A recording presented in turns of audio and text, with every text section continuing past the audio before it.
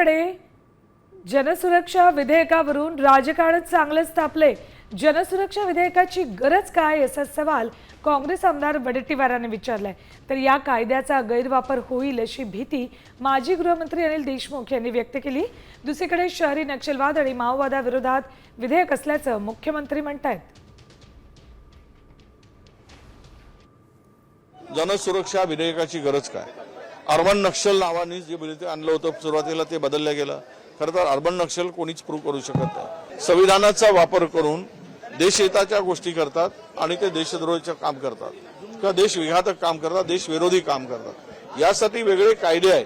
हा बिल आणून एकीकडे लोकशाहीचा आणि संविधानाचा गळा घोटण्याचं काम या माध्यमातून ही सरकार करते. त्याचा सुद्धा ईडीचा कायद्याचा जसा गैरवापर केला गेला तसा याचा सुद्धा गैरवापर करून राजकीय पक्ष किंवा डाव्या विचाराचे पक्ष जे आहेत त्यांच्यावर सुद्धा कारवाई होऊ शकेल अशा पद्धतीची एक भीती जनसामान्यामध्ये आहे.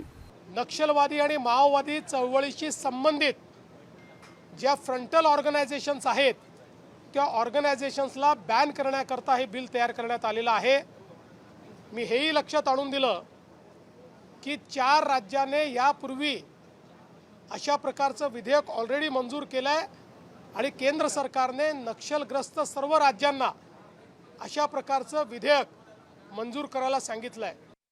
आता isakal.com आहे देशातील नंबर 1 ची मराठी न्यूज वेबसाईट. प्रत्येक अपडेटसाठी isakal.com ला नक्की भेट द्या.